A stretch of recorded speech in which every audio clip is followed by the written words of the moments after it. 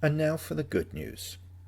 I can't help noticing these days that the first thing many of us do when we wake up is check our social media and our news feeds. This is something I do myself, and while I'm certainly not critical of those that do so, I am very much aware how disruptive many of my clients find the content they see on their social media. I've deleted my Facebook account.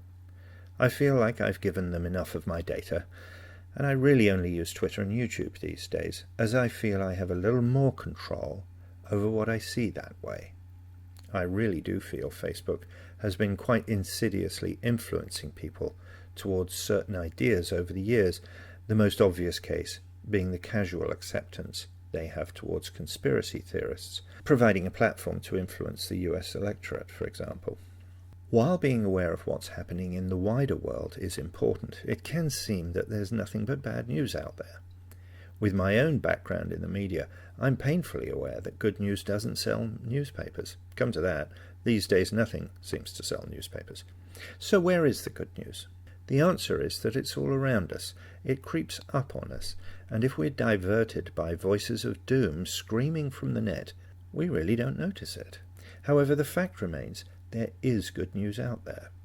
At the time I'm making this recording, nearly 40% of Canadians have had the first dose of the vaccine.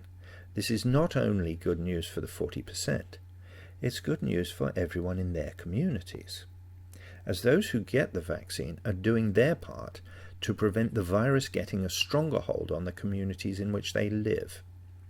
Having a vaccination is not just about self-interest. It's about helping those around you stay safe too. I'm using myself as a sample of one, which is hardly scientific. However, I don't think I'm wildly outside the norm when I say that over the last year I've been spending more time on my bicycle and less money on gas, as COVID life seems inclined to make this not only more acceptable, but a very good idea for both my health and my wallet. I'm sure I'm not the only one who feels this. When doing my tax returns recently, I notice I'm spending substantially less money today than I was 2 years ago. Again, I don't think I'm alone in this. Sure, my income's dropped, but simply consuming less has to be a good thing, both for the environment and also for my bank account.